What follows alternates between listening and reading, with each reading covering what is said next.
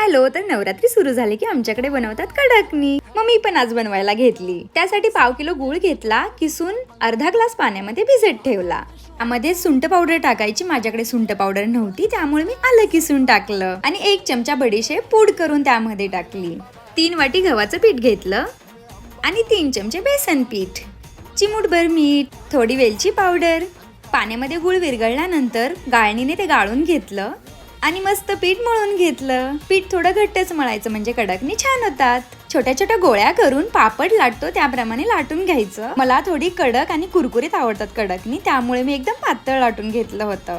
सगळ्या गोळ्या लाटून झाल्यावर कढईमध्ये तेल टाकलं आणि एक एक कडकना तळून घेतला. नवरात्रीत याच्यासोबत थालीपीठ हे करतात, म्हणजेच धपाटी, ज्याचा व्हिडिओ मी आधीच शेअर केलाय, नक्की बघा. एकदम मस्त झाली कडकनी. चहा सोबत तर मला खूप आवडतात आणि खरंच खूप सोपी रेसिपी आहे, त्यामुळे तुम्ही नक्की ट्राय करा. Okay, bye. हॅलो, तर नवरात्री